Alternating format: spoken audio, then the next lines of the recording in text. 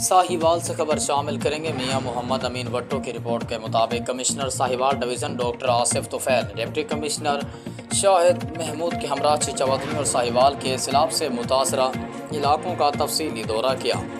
उन्होंने 110 7-8 झंगी सियाल और old Harappa road की गिरदनवाह के देहातों का जायज़ा लिया और मुतासरीन की बहाली के लिए जारी इक़दाम का मुआयना किया।